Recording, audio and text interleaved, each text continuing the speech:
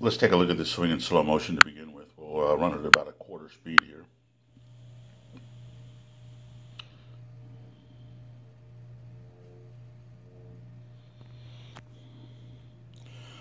While at that speed it doesn't look too bad, we'll see a few minor errors right off. Let's pull it up a little bit so we have a little bit bigger fella here. Let's start with the setup position. Looks pretty good.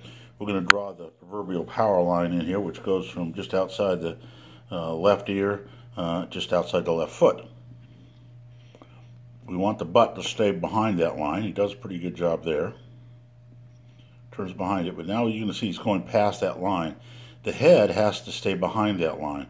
And you can see that during this takeaway, he actually raised his head and moved it towards the target. That's going to create a more of a descending blow, put too much spin on the driver, and he won't get the distance that he's striving for.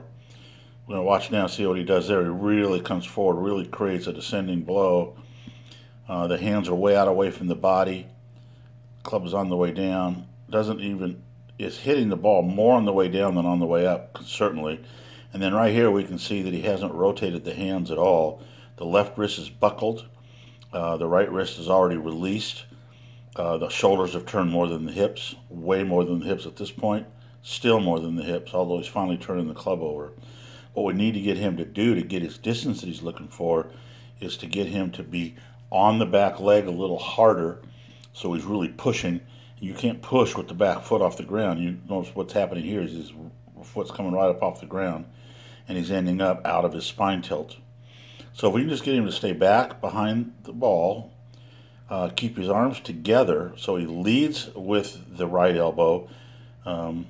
The right elbow is behind this swing. You can see there it's not even up to his hip there. It's finally up in front of his hip.